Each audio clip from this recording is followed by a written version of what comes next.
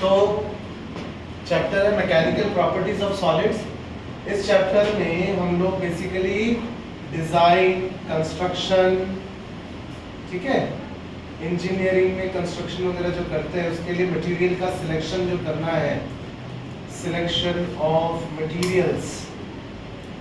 तो किस टाइप का मटेरियल हम लोग लेंगे डिज़ाइनिंग के लिए, कंस्ट्रक्शन के लिए, उनकी मजबूती के आधार पर, ठीक है, वो है ये चैप्टर जिसके बारे में आपको समझना है। तो मटेरियल जो है कैसा लेंगे। अब मेरे को अगर पुल या ब्रिज बनाना होगा तो मैं रबर लूंगा या स्टील लूंगा? स्टील लूंगा, रबर नहीं ले सकता, ठीक है। मुझे अगर एक झूला बनाना हो छोटे से बच्चे के लिए, वहां पर मैं रबर का एक झूला बना सकता हूँ कंफर्टेबल के लिए, है ना। तो अलग अलग जगह पर अकॉर्डिंग टू डिमांड अलग अलग चीज़ों का निर्माण करने के लिए हम मटेरियल्स अलग अलग लेंगे। तो यहाँ पर जब हम सिलेक्शन करेंगे तो सिलेक्शन 3 आधार पर होगा। मटेरियल को खींच के देखना, मटेरियल को दबा के देखना और मटेरियल को घिसड़ के देखना। समझ में आए? 3 बातें होंगी, खींचना, दबाना या घसीटना या घिसड़ना। तो यहाँ पर प्रॉपर्टीज ऑफ सॉलिड्स में तो 3 टाइप के स्ट्रेस होंगे। स्ट्रेस यानी कि दबाव क्रिएट किया जाएगा और स्ट्रेस का फॉर्मूला होता है फोर्स अपॉन एरिया, ठीक है, न्यूटन पर मीटर स्क्वायर। तो स्ट्रेस ही रहता है, this is force upon area, ठीक। अब स्ट्रेस जो होता है वो 3 प्रकार के होते हैं। तो यहाँ पर मैं 3 प्रकार लिख देता हूँ। एक हो गया लॉन्गिट्यूडनल स्ट्रेस, एक हो गया हमारे पास में वॉल्यूमेट्रिक स्ट्रेस, एक हो गया हमारे पास में शेयरिंग स्ट्रेस। शेयरिंग स्ट्रेस, ये 3 प्रकार के स्ट्रेस है। स्ट्रेस का मतलब दबाव क्रिएट करना मटेरियल के ऊपर, ठीक है। लॉन्गिट्यूडनल में लॉन्ग आ रहा है मतलब खींचने से रिलेटेड है। जब हम किसी वायर या रॉड को खींचेंगे, हम नहीं खींचेंगे, बेसिकली रॉड पे कोई चीज आप सस्पेंड करो, जैसे पंखा है, पंखा देखो एक छोटी सी रॉड पर टिका हुआ, ठीक है ना, तो वो कितना लोड झेल सकता है, राइट। क्रेन मशीन्स जो होती हैं, क्रेन वाली, जिसमें कि वायर लगे हुए होते हैं और सामान उठाते हैं, ठीक है। तो बड़े बड़े कंटेनर्स को रखने के लिए कार्गो में देखा होगा आपने, है ना, बंदरगाह पर क्या होता है, वो बड़े बड़े क्रेन से उठा के मशीन में से रखते हैं। तो भैया वो जो तारें होती हैं, वो जो वायर्स होती हैं, वो कितनी मजबूत हैं या नहीं है, उसकी स्ट्रेंथ, तो उसको बनाने के लिए किस टाइप का मटेरियल हमको चाहिए, तो वो सब हमको समझना। तो लॉन्गिट्यूडनल वाला हो गया, वॉल्यूमेट्रिक हो गया, दबाना। तो लॉन्गिट्यूडनल के लिए आप समझ सकते हैं कि यहाँ पर मैंने एक वायर ले ली और इसमें मैंने एक लोड सस्पेंड कर दी। ये जो लोड सस्पेंड करेंगे हम यहाँ पर, दिस इज बेसिकली लोड। ये जो लोड है इसी को कहोगे डिफॉर्मिंग फोर्स। ये लोड हो गया डिफॉर्मिंग फोर्स। डिफॉर्म कर देना, फॉर्म होना बनाना, डिफॉर्म करना बिगाड़ना। फॉर्म मतलब बनाना, डिफॉर्म मतलब बिगाड़ना। डिफॉर्मिंग फोर्स है। डिफॉर्मिंग फोर्स क्या करेगा, इस रॉड की जो लेंथ है, इस वायर की जो लेंथ है, उसको क्या करेगा, बिगाड़ेगा। और अगर ये मजबूत है तो ये अपनी शेप और साइज को नहीं बिगाड़ेगा। अगर आपने और लोड इसमें सस्पेंड कर दिया और ये जस्ट का टस है तो बढ़िया मटेरियल है। और भी लोड आपने सस्पेंड कर दिया इसमें और ये खींच ही नहीं रहा, तो इसका मतलब ये इलोंगेट नहीं हो रहा, इलोंगेशन नहीं हो रही इसमें, चेंज इन शेप नहीं हो रहा, तो बढ़िया हो गया, ठीक है। यानी जब भी हम डिफॉर्मिंग फोर्स डालें, ये वाला कौन सा फोर्स होगा, डिफॉर्मिंग फोर्स होगा। जब भी हम डिफॉर्मिंग फोर्स डालें, मटेरियल अपने शेप और साइज को एकदम बरकरार रखे हुए हैं मजबूती से, it is not changing its shape और साइज, तो हम बोलेंगे मटेरियल बहुत ज्यादा इलास्टिक है। क्या बोलेंगे, मटेरियल इलास्टिक है। इलास्टिक बोल देने से ही पहले समझ में आता है रबड़, पजामा, ये ठकाटम, समझ में आ रहा है, वो इलास्टिक नहीं होता। फिजिक्स में इलास्टिक का मतलब होता है बहुत ज्यादा मजबूत। अगर हम बोलेंगे मटेरियल बहुत ज्यादा इलास्टिक है तो आपने समझना है मटेरियल बहुत ज्यादा मजबूत है, strength of the material is very high. तो यहाँ पर जो टर्म आएगी वो हो गई इलास्टिसिटी। इलास्टिसिटी यानी फिनोमिना हो गया, मटेरियल कैसा हो गया elastic. Elasticity means strength of material is very good और वेरी पुअर। तो ये हो गया स्ट्रेंथ ऑफ मटेरियल। एक हो जाएगा प्लास्टिसिटी। प्लास्टिक या प्लास्टिसिटी, प्लास्टिसिटी वर्ड जब भी आएगा तो तेरे को समझना है कि मटेरियल अपनी शेप और साइज को रिगेन नहीं कर सकता, बिल्कुल च्युइंगम की तरह, जैसा चबा लेगा वैसी शेप हो जाएगी उसकी। आटे का गोला ऐसा मसल दे तो वैसी शेप का हो जाएगा, यानी कि मटेरियल अपने शेप और साइज को रिगेन नहीं कर सकता। हालांकि रबड़ की अगर मैं बात करूं, रबड़ को ऐसे खींचो फिर ऐसे छोड़ो वापस अपनी शेप पे आ जाएगा, ठीक। तो इसे इलास्टिक नहीं बोलेंगे कि रबड़ इज हाईली इलास्टिक ना, रॉन्ग है ये स्टेटमेंट। आपको समझना है कि शेप और साइज मतलब यहाँ जो चैप्टर हम पढ़ रहे हैं वो डिजाइनिंग का है, इंजीनियरिंग में कंस्ट्रक्शन का है। रबड़ किस काम में आने वाला है? मैं पुल थोड़ी बना सकता हूँ, बिल्डिंग थोड़ी बना दूंगा रबड़ की, समझ में आ रही बात? तो रबड़ जो रहेगा वो खींचने पर या अपनी शेप और साइज को रिगेन तो कर सकता है, परंतु उससे कंस्ट्रक्शन डिजाइन वगैरह नहीं हो सकती है। इसलिए रबर को आप इलास्टिक ना कह के उसे आप कहेंगे इलास्टोमर, यानी कि रबर जो रहेगा वो इलास्टोमर की कैटेगरी में जाता है। ये हो गया रबर, ठीक है। तीन मुख्य बातें आपने पढ़ ली, इलास्टिसिटी, प्लास्टिसिटी, इलास्टोमर। आपका ध्यान कहाँ होना चाहिए कि भैया सिलेक्शन ऑफ मटेरियल है वो भी कंस्ट्रक्शन के लिए है, तो हल्के मटेरियल थोड़ी लोगे। हाँ हल्के भी हो लेकिन काफी मजबूत हो, हल्के हो मगर मजबूत हो। आजकल ऐसे चेयर्स या ऐसे टेबल्स आते हैं जो हल्के होते हैं, जो मजबूत होते हैं, ठीक है। ऐसे फाइबर्स भी आते हैं। तो यहाँ पर इतनी हमने बातें कर दी जिसमें लॉन्गिट्यूडिनल, वॉल्यूमेट्रिक और शेयरिंग स्ट्रेस, यानी कि खींचना, खींचने पर दबाव, यानी कि ये वाला। वॉल्यूमेट्रिक की अगर मैं बात करूं, वॉल्यूमेट्रिक को हम कंप्रेशनल स्ट्रेस भी कहते हैं, हाइड्रोस्टैटिक स्ट्रेस भी कहते हैं। तो इसे हम कंप्रेसिव स्ट्रेस भी कह सकते हैं।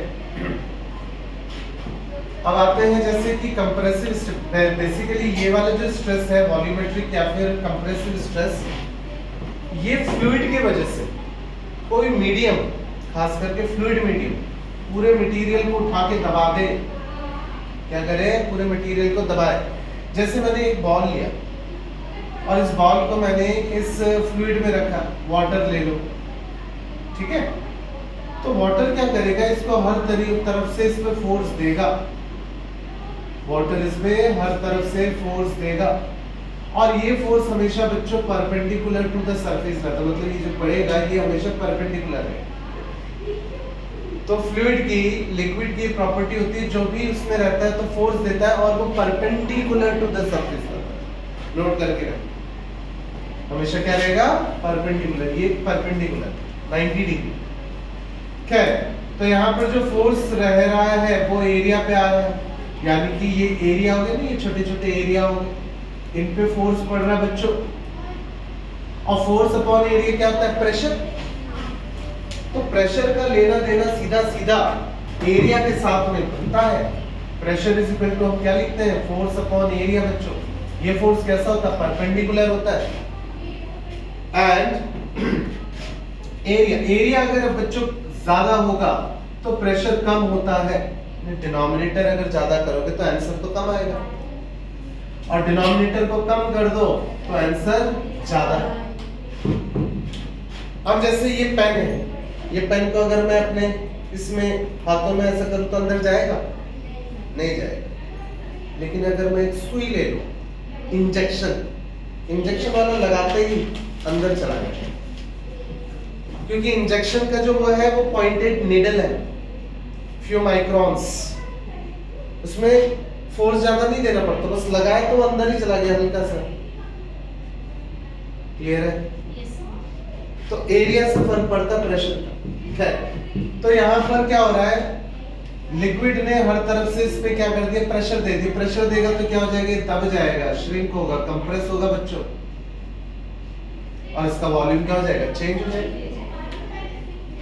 अच्छा, अगर मैं एक स्माइली बॉल को लूं येलो कलर, उसको अगर मैं ऐसे दबा दूं तो उसका साइज क्या हो जाएगा, कम। वॉल्यूम क्या हो रहा है, कम। नहीं, प्रेशर बहुत ज्यादा है तो वॉल्यूम क्या हो गया, कम। अब प्रेशर छोड़ दे तो प्रेशर कम कर रहे, वॉल्यूम। तो प्रेशर और वॉल्यूम का इनवर्स रिलेशन होता है। प्रेशर ज्यादा करोगे वॉल्यूम कम हो जाएगा, वॉल्यूम ज्यादा करोगे प्रेशर कम हो जाएगा। तो हम माइनस में दिखा सकते हैं कि दोनों एक दूसरे के उल्टे हैं, राइट? इससे कहोगे आप वॉल्यूमेट्रिक स्ट्रेस। बच्चों, ये जो स्ट्रेस पड़ रहा है इसी को हम कहते हैं compressive stress, hydrostatic stress, volumetric stress. ये वाला आ जाएगा किस, कौन सी कैटेगरी में, लॉन्गिट्यूडिनल स्ट्रेस, जो लोड सस्पेंड किया हुआ है। हम बोल रहे हैं स्ट्रेस का मतलब होता है दबाव, लेकिन यहाँ तो क्या हो रहा है, खिंचाव है। दबाव भी क्रिएट हो रहा है, लेकिन हम क्या बोल रहे हैं इसमें, खिंचाव, खींच रहे हैं ना इसमें। तो जब हम इसमें, जो इसमें एक्चुअली दब रहा है, इसमें हम प्रेशर का यूज करेंगे वर्ड, बट इसमें हम प्रेशर का यूज नहीं करेंगे, हम लॉन्गिट्यूडिनल स्ट्रेस नाम है। अच्छा, इन सबका फॉर्मूला एक ही है, F/A यही है, सिर्फ नाम अलग, ठीक है। तीसरा आ जाते हैं, तुम्हारे पास में ये एक ब्लॉक है लकड़ी का या गत्ते का, सपोज करो। देख इसमें फोर्स कैसे जा रहा है, नीचे की ओर, this is the deforming force. इसमें देख फोर्स कैसे जा रहा है, परपेंडिकुलरली। और इसमें अब फोर्स जो होगा वो मैं ऐसा दे देता हूं, this is the tangential force. कौन सा फोर्स है, टेंजेंशियल। और तुमने इसका ऐसा धक्का मारा तो ये खिसक गया बच्चों, तो ये खिसक गया तो ये इस ऐसा शेप ले लेते हैं, इसकी शेप टेढ़ी होगी। कॉपी होगा ना, कॉपी, तो कॉपी का ऐसे घिसड़ दे तो उसका वो कोने जो होंगे वो साइड हो जाएगा हल्का सा। तो यहाँ पर खींचना, दबाना एंड घसीटना, ये तीन है चैप्टर इज ऑल अबाउट। और इसी बेसिस पर सिलेक्शन होगा मटेरियल्स का, ठीक है, नोट कर लीजिए।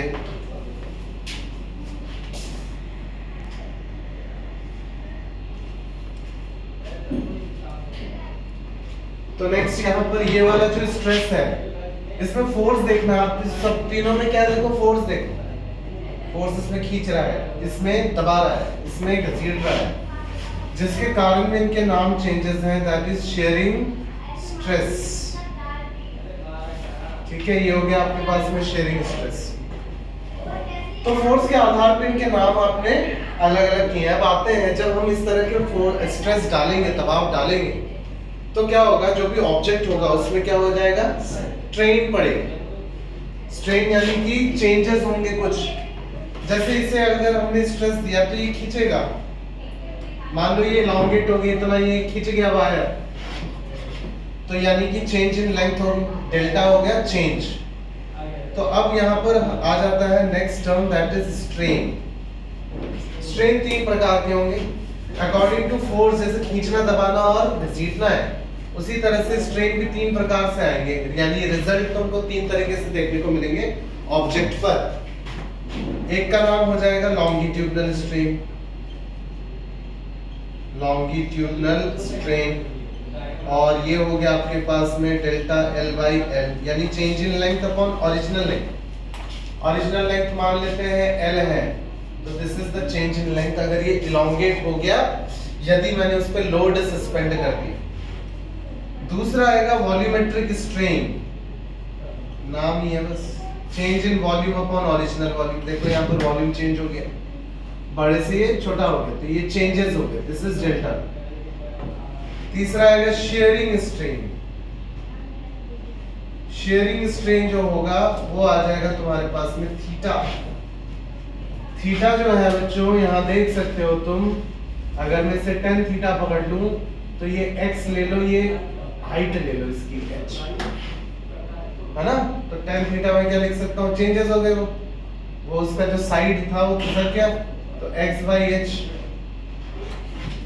और अगर एंगल बहुत ही स्मॉल हो, यानी कि फॉर स्मॉल एंगल्स के लिए क्या समझना है तुम्हें, theta is equal to tan theta ना लिख के theta equivalent to x by h लिख लो। एंगल्स जब स्मॉल होते हैं तो उसमें रेशियो नहीं लिया जाता sin cos tan। sin cos tan क्या होता है, रेशियोज होते हैं।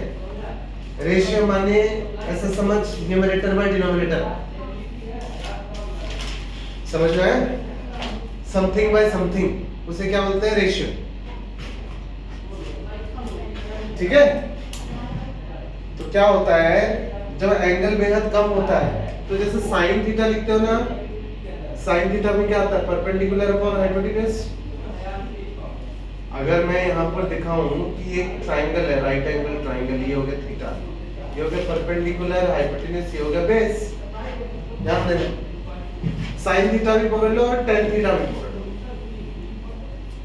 जो लोग मैथ्स पढ़ते हैं उनको बात समझ में आएगी कि स्मॉल एंगल्स के लिए हम लोग क्या करेंगे, tan sin नहीं लेते, सीधा सीधा थीटा लिख देते। क्यों नहीं लेते वो समझा रहा हूँ। परपेंड, अब इसको ना क्या करिए, एंगल अभी बड़ा है, इसको छोटा करते जाए, इसको छोटा करते जाएगा तो एंगल को अगर छोटा करते जाएगा तो ये क्या हो जाएगा, इतना कम, अरे कुछ आएगा, और छोटा कर दे, और हमने छोटा कर दिया तो क्या हो गया, एंगल जीरो नहीं है बट वो छोटा है। अरे इतना छोटा है कि परपेंडिकुलर दिख ही नहीं रहा, तो रेशियो कहाँ रह गया, उसकी वैल्यू तो बहुत कम हो जाएगी। तो परपेंडिकुलर दोनों केस में क्योंकि P और P है वो गायब भी हो जाता है ऑलमोस्ट। तो for very small angles, very small, 1 degree, 1 से भी छोटा, तो उन एंगल्स के लिए हम tan sin नहीं। ओके ठीक, तो शेयरिंग स्ट्रेन हमारे को हम लिख सकते हैं x by h, जो कि ये साइड खिसकी। अच्छा, अब मैं तुम्हें बता दूं मेन जो बात है वो ये है, मेन बातें तो ये भी थी, लेकिन तुम्हें जो सोचना है, जो बेसिस है सोचने का इस चैप्टर के भीतर में, जो तुम्हें फील रखनी है, वो ये बात है कि हमें डिजाइनिंग पर्पस से, कंस्ट्रक्शन पर्पस से हमें मटेरियल का चयन करना है और मैन्युफैक्चरिंग करनी मटेरियल्स की, राइट। तो तू एक तो सस्ता हल्का मटेरियल नहीं लेगा, हल्का हो लेकिन मजबूत हो, यानी इलास्टिक हो, इलास्टिसिटी अच्छी हो उसकी। दूसरी चीज, इंजीनियरिंग में अगर हम मान लो ये क्रेन की वायर है, तो ये क्रेन की वायर आप बहुत इस तरह का नहीं ले सकते कि अगर 10 मीटर की वायर है और उसमें हमने लोड सस्पेंड कर दिया, वायर जो है वो 1 मीटर खिंच गई, मतलब कि आपने लोड लगाया तो वो वायर और खिंच गई, इतनी गुंजाइश नहीं है इंजीनियरिंग में। 1 मिलीमीटर, 2 मिलीमीटर, 3 मिलीमीटर खिंच गया बहुत है, अदरवाइज उससे एक्सीडेंट होने की संभावना हो जाएगी, उससे बढ़ जाए। समझ में आ रही है बात। तो जो पुल बनाया जाता है, ब्रिज बनाया जाता है, वो 1 सेंटीमीटर हो गया, खिसक गया, दैट्स ओके। आप बोलोगे 1 मीटर खिसकने के लिए आपने गुंजाइश रखी, दैट इज नॉट पॉसिबल।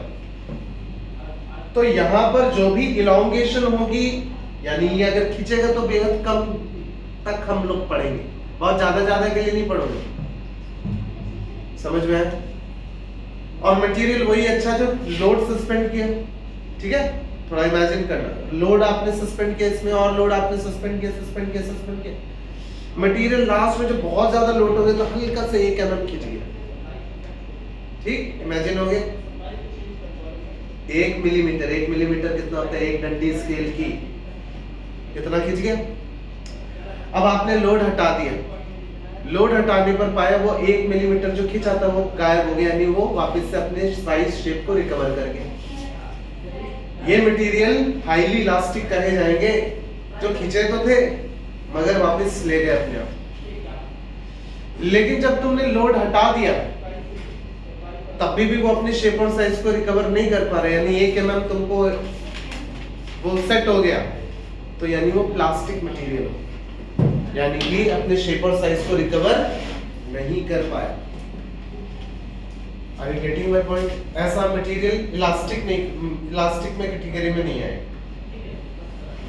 तो एक तो ये आपने समझना है कि चैप्टर में कंस्ट्रक्शन डिजाइनिंग का है, तो अगर कोई चीज मटेरियल को हम दबा के परख कर रहे हैं उसकी, कि उसमें अगर दबाव बनाया जाए तो वो ब्लास्ट हो जाएगा, पिचक जाएगा या नहीं पिचक रहा। अगर नहीं पिचक रहा तो हाईली इलास्टिक है, समझ में है? अब बैलून या रबड़ है, अब बॉल है, तो उसको पिचका देगा तो वो कंस्ट्रक्शन के लिए यूज थोड़ी होगा, भले वो पिचक रहा है। हाईली स्ट्रेन, स्ट्रेन कैसा हो गया? लॉन्गिट्यूडनल, कंप्रेसिव और शेयरिंग। शेयरिंग का मतलब होता है टेंजेंट शेयर, क्योंकि फोर्स कैसा लगता है? टेंजेंट वाला लगता है, घिसड़ने वाला लगता है। इसमें फोर्स दबने वाला लगता है, इसमें फोर्स खींचने वाला लगता है। तो ऑन द बेसिस ऑफ खींचना, दबना और घिसड़ना, ये नाम अलग अलग है, चेंजेस अलग अलग आएंगे। किसी चीज को हम दबा दें, हाईली स्ट्रेन, स्ट्रेन का मतलब वॉल्यूम चेंज हो गया, एकदम छोटा हो गया, और जैसे तुम प्रेशर रिलीज करते हो वो वापस अपने शेप पे आ जाए। आप तो जाए, इसे हम इलास्टिक नहीं बोलेंगे, इलास्टोमर बोलेंगे। इलास्टोमर उसे बोलते हैं जिसको बहुत प्रेशर दो तो वो मतलब वो अपने को क्या करेगा? स्ट्रेस को ले लेगा, उसमें वॉल्यूमेट्रिक स्ट्रेन दिया जाएगा, लेकिन जैसे ही छोड़ोगे वापस शेप और साइज को रिगेन कर लेगा। फॉर वेरी हाई स्ट्रेस वो high large value of strain को झेल सकता है, लार्ज वैल्यू ऑफ स्ट्रेन झेल सकता है, लेकिन इसका पुल या थोड़ी बना दोगे आप, तुम लोग पुल बना रहे, पता चल रहा है पुल बनाया रबड़ का, एक जगह से कील निकली वापस पुल श्रिंक हो गया, ऐसा थोड़ी होगा। तो ये हो गया हमारे पास में स्ट्रेन और स्ट्रेस, नोट कर लीजिए। अभी नेक्स्ट आते हैं, अब हम इनको स्ट्रेस और स्ट्रेन को साथ में जोड़ देंगे। तो स्ट्रेस और स्ट्रेन को साथ में जोड़ देंगे तो यहाँ पर आता है एक हुक्स लॉ, यानी हुक्स एक फिजिसिस्ट थे, रॉबर्ट हुक नाम था। तो हुक्स जो थे उन्होंने इंजीनियरिंग सेक्टर में काफी काम किया था, रस्सियां यानी कि मेटालिक वायर्स पे काफी उनका वर्क था।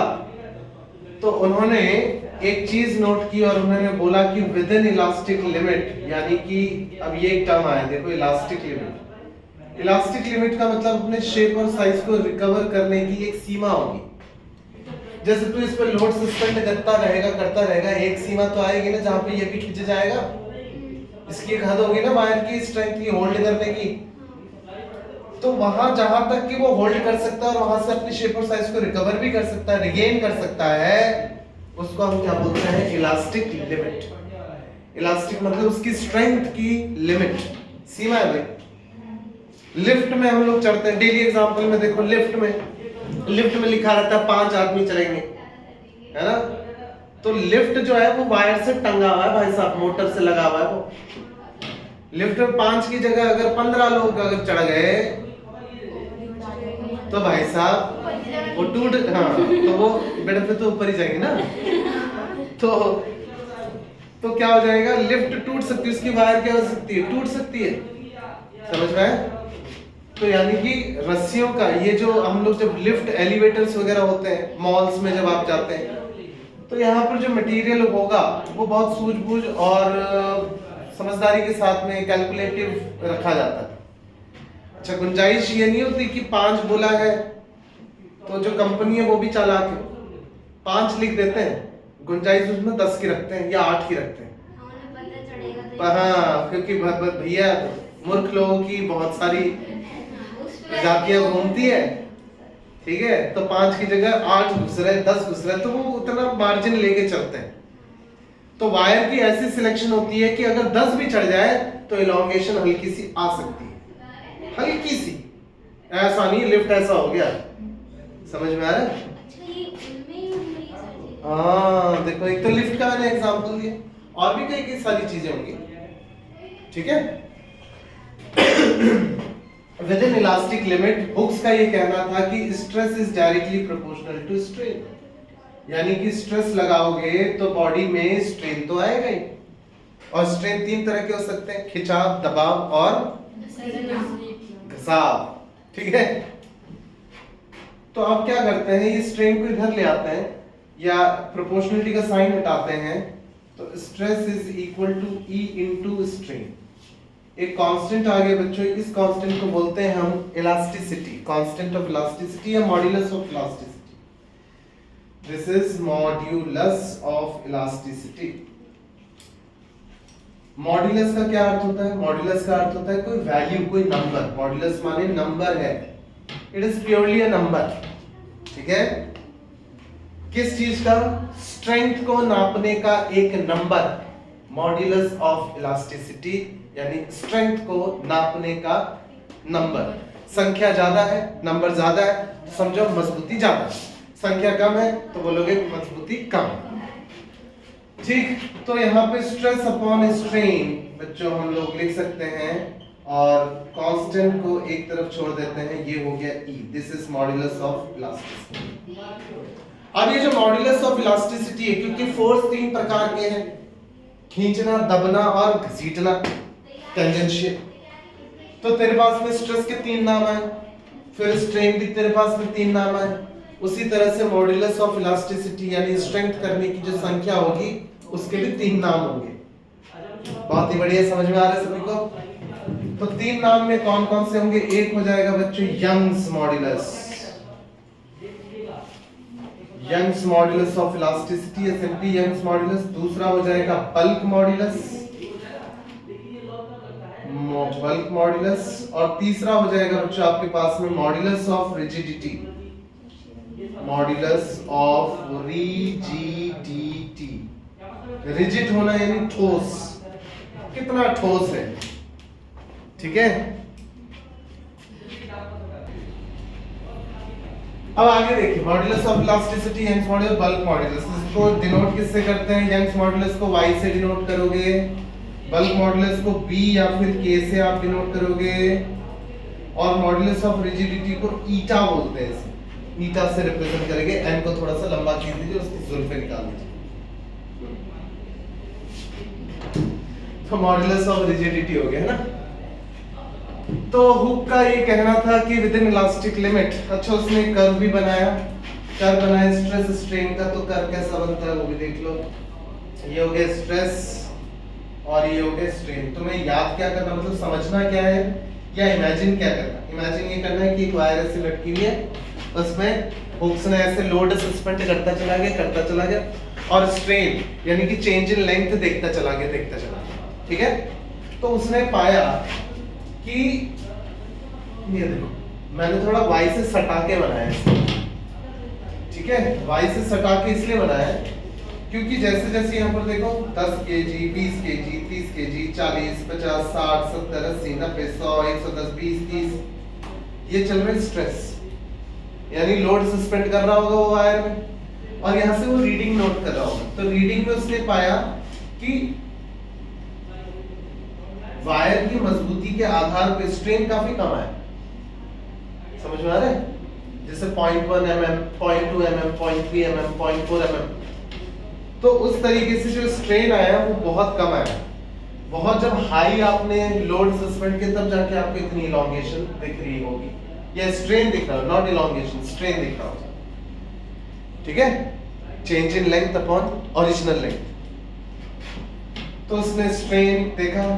अब क्या हो गया और लोड जब सस्पेंड करेगा तो क्या हो जाएगा, ये ऐसा टर्न हो जाता है, यानी कि कर्व आ जाता है। कर्व का मतलब ये है कि भैया वो अपनी मजबूती के दायरे से बाहर निकल गया। आपने लोड ज्यादा सस्पेंड कर दिया है, लिफ्ट पे ज्यादा लोग चढ़ गए हैं, वायर अभी भी टूटेगी नहीं। तो ये पॉइंट जो रहेगा, this will be a point, this will be taken as B point, फिर ये ऐसा ले लेते हैं, ये हो गया बी पॉइंट। इसको बोलते हैं प्रोपोर्शनल लिमिट, यानी जितना स्ट्रेस दिया उस हिसाब से स्ट्रेन तो आ रहा था मगर इलॉन्गेशन नहीं दिखी, प्रोपोर्शनल लिमिट। बी पॉइंट को बोलते हैं बच्चों इलास्टिक लिमिट या यील्ड पॉइंट, मतलब कि ये लास्ट है पॉइंट जहां पर कि आप इससे ज्यादा लोड ना दें, अगर दोगे तो भी वायर टूट सकती है। लास्ट इलास्टिक लिमिट का मतलब है वो अपनी साइज और शेप को वापस से रिकवर कर सकता है, अगर लोड में हटा दूं अपनी ओरिजिनल शेप साइज पे आ जाएगा। समझ में आया? वो है ये इलास्टिक लिमिट। उसके बाद आते हैं मान लो ये सी पॉइंट, बी से सी में मतलब वो चला गया प्लास्टिक रीजन, यानी कि अब वो अपने शेप साइज को रिकवर नहीं कर पाएगा यदि तू यहाँ से लोड हटा भी देगा तो, ठीक है। बी पॉइंट वो है जहां तक कि लोड अगर हटा भी दिए तो अपनी ओरिजिनल शेप साइज पे आ गया। सी पॉइंट वो है जहां पे अब नहीं आ रहा, घर वापसी नहीं हो रही। तो इसको हम ऐसे, मैंने जैसे लाल वाली लाइन से मैंने यहाँ पे किया, इसको बोलते हैं परमानेंट सेट, यानी कि भैया उसका स्ट्रक्चर बदल गया परमानेंटली, अब वह कुछ और इलॉन्गेट हो गया, खिंचाव आ गया उसमें, अब वो घर वापसी नहीं करेगा, परमानेंट सेट। इसके बाद तुमने और लोड सस्पेंड कर दिया इसमें तुमने और लोड सस्पेंड कर दिया। तुमने क्या किया, रॉबर्ट हुक ने और सस्पेंड कर दिया होगा, तो उसने पाया कि ये कर्व में अब स्ट्रेन जो है वो बढ़ रहा है, घट रहा है और कहीं जाके खत्म। तो ये पॉइंट हो गया जहां पर कि वो जाके फिनिश हो रहा है, इसको ले लेते हैं डी पॉइंट, इसे कहते हैं फ्रैक्चर पॉइंट। और ये बीच में ये आड़ा तिरछा जो वेव जैसी आ रही, कुछ भी आ रहा है, कुछ भी बनाओ, कोई दिक्कत नहीं है, नीचे भी बना सकते हो, ऊपर भी बना सकते हो। इसे हम लोग अंग्रेजी की भाषा में बोलते हैं नेक एंड वेस्ट, नेक बोले तो गर्दन, वेस्ट बोले तो कमरा, ठीक है।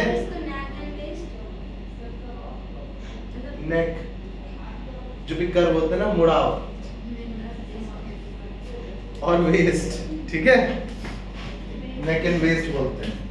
तो अब यहाँ पर देखो वायर में और लोड देता गया तो ये खिंचता ही है, खिंचता ही है, अच्छा टूट नहीं रहा, टूटने का कहाँ गया, वो डी पॉइंट। यानी कि जब एक ऐसा ग्राफ बन जाए जिसमें कि ये वाला जो सी पॉइंट के बाद वाला हिस्सा बहुत ज्यादा हो, यानी कि ये मटेरियल शो करता है कि ये डक्टाइल है। डक्टाइल का मतलब है यह मटेरियल जो है, जो भी वायर जो आपने लिया है वो बढ़िया तार बनाने के लिए बहुत बढ़िया, क्योंकि जितना भी आप स्ट्रेस दोगे खींचने वाला वो खींचता ही चला जा रहा है, बढ़िया है। तो यानी कि डक्टाइल, नोट डाउन कर लें। इसके बाद में यहाँ पर इसके बाद में हम लोग अब क्या करेंगे, स्ट्रेस स्ट्रेन को मिला देते हैं, ये हो गया स्ट्रेस स्ट्रेन कर्व, ठीक है। इसको ज्यादा और एक्सप्लेन मैं नहीं करूंगा इस इधर पे। तो आगे अब हम मेनली फॉर्मूले पे चलते हैं। ये जो मॉड्यूलस ऑफ इलास्टिसिटी, इसमें स्ट्रेस बाय स्ट्रेन लिखा है।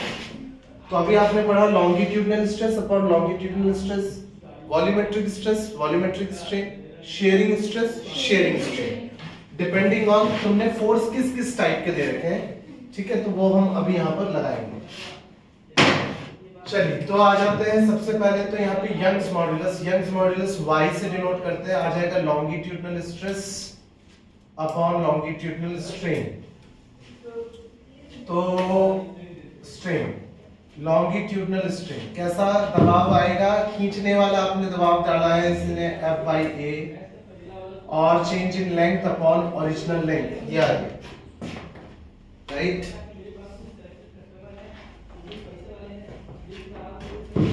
तो यहाँ पर ये आ जाएगा आपके पास में F by A into L upon delta L। Next आएगा बल्क मॉड्यूलस, और ठीक है केस हम लोग इसे डिनोट करते हैं, ये आ जाएगा volumetric stress upon volumetric strain, जो कि आया बच्चों, हाँ।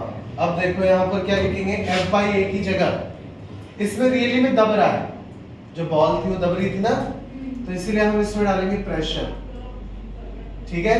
प्रेशर डालने से उसका वॉल्यूम क्या हो रहा था, श्रिंक,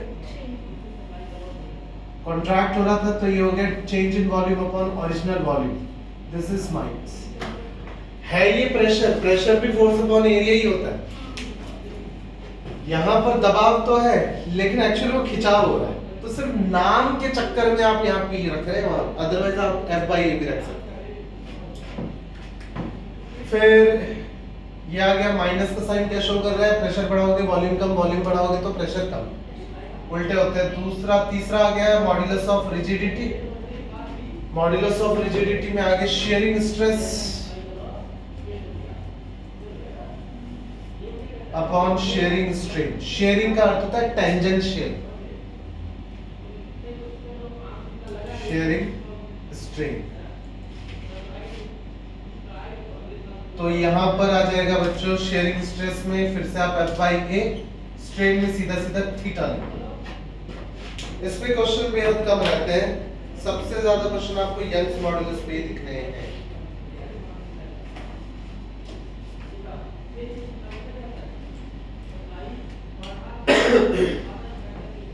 ठीक है, हो गया। ठीक है, तो based on this we are now we can do the questions. But questions में जाने से पहले एक छोटा सा एक और टर्म आता है, उसे बोलते हैं पॉइजन्स रेशियो। वो बाद में आता है लेटर ऑन चैप्टर में, हम उसे अभी कर लेते हैं क्योंकि वो भी एक रेशियो ही है। तो यहाँ पर नेक्स्ट हम लोग कर लेते हैं पॉइजन्स, साइंटिस्ट का नाम है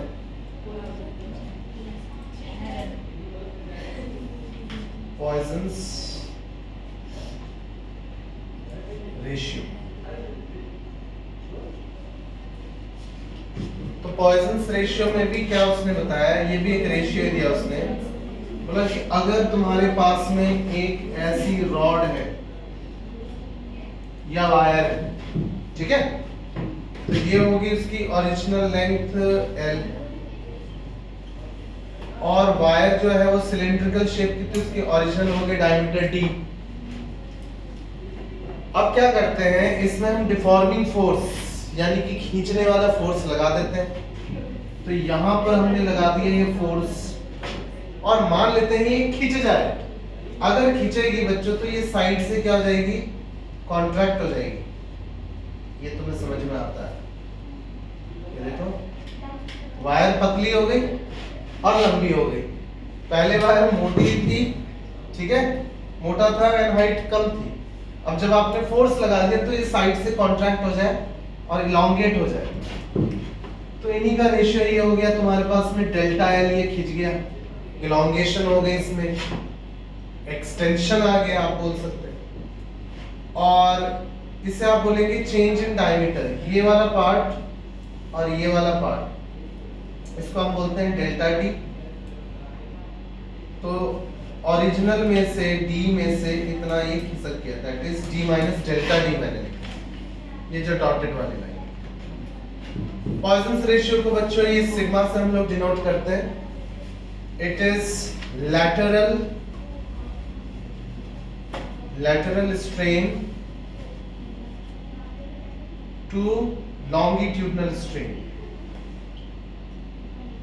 ठीक है। लैटरल का अर्थ होता है साइड वाइज, साइड से, लैटरल का मींस साइड से। तो साइड से ये हो गया आपके पास में change in diameter upon original diameter, change in length upon original length, खत्म। ये भी एक रेशियो है, नोट कर लीजिए। क्वेश्चन लिखिएगा, ठीक है। क्वेश्चन में अब चलते हैं, पहला एक वायर है, लिखो a wire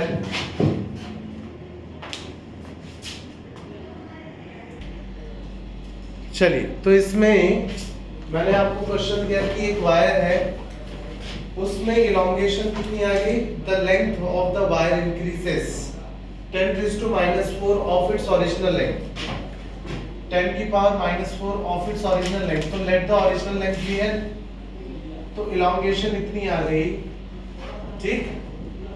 when the stress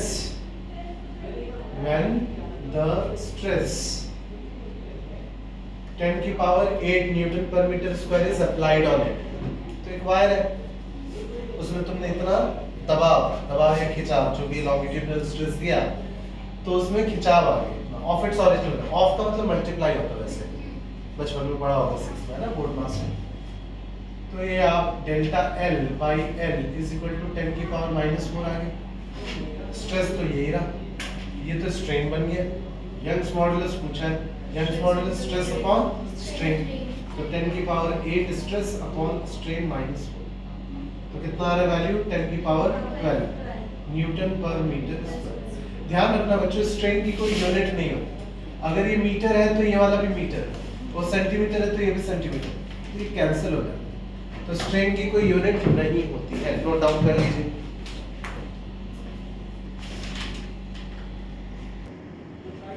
next question देखिएगा, ब्रेकिंग स्ट्रेस यानी कि तोड़ देने वाला स्ट्रेस जो एक मेटल वायर को झेल सकता होगा, तो मेटल का एक ब्रेकिंग स्ट्रेस दे रखा है 8 × 10⁹ है।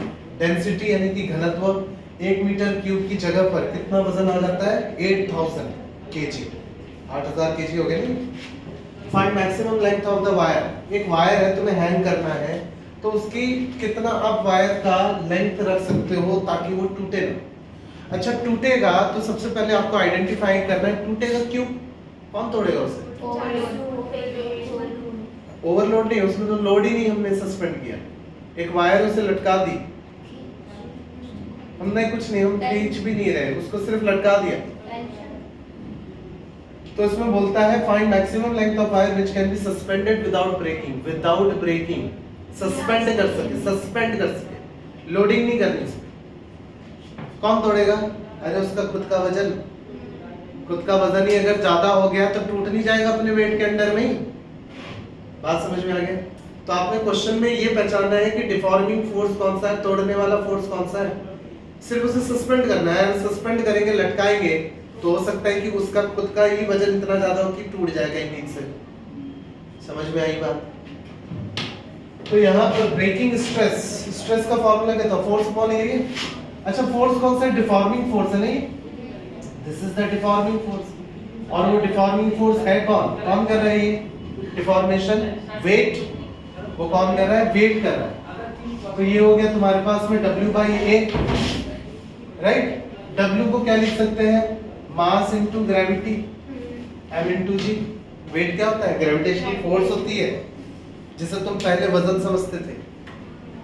वेट का मतलब तुम क्या सोचते, केजी, मेरा वेट इतना केजी है, वेट थोड़ी होता है मास, वेट और मास में अंतर था। वेट एक ग्रेविटेशनल फोर्स है, ठीक है, भूले तो नहीं है वो चैप्टर, Gm1 m2/r² में भी ग्रेविटेशनल फोर्स है। आपने एक ऐसा कुछ किया था ना, mg = Gm1 m2/r², है ना, ये एक्सीलरेशन ड्यू टू ग्रेविटी की वैल्यू आ गई थी, भूलना नहीं, वो पढ़ते रहना थोड़ा थोड़ा। अच्छा चलो इसमें आते हैं वेट, वेट ही वो डिफॉर्मिंग फोर्स है, यानी वेट ही तोड़ेगा। तो बोला है कि वायर की कितनी लंबाई रखूं कि वो वेट के कारण टूटे ना, तो कितना हम ज्यादा लंबाई रख सकते हैं। तो मास पे आते हैं, मास को हम लोग क्या लिखते हैं बच्चों, डेंसिटी को हम लोग क्या लिखते हैं, मास अपॉन वॉल्यूम। तो मास में क्या लिखूं, डेंसिटी इनटू वॉल्यूम, क्योंकि क्वेश्चन में डेंसिटी दे रखा है।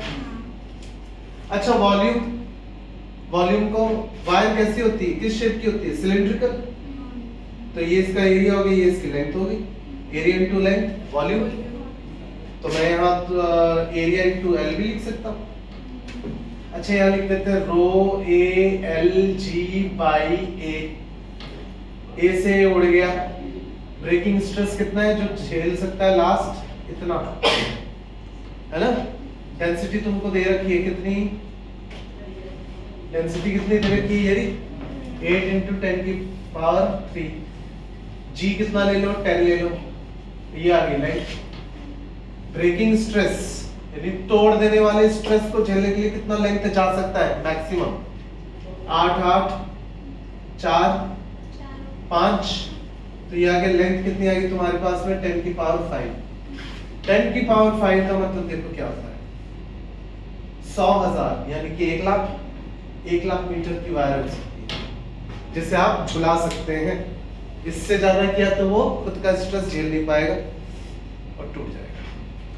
अगला क्वेश्चन अगले लेक्चर में करेंगे, आज के लिए इतना ही, बाय बाय।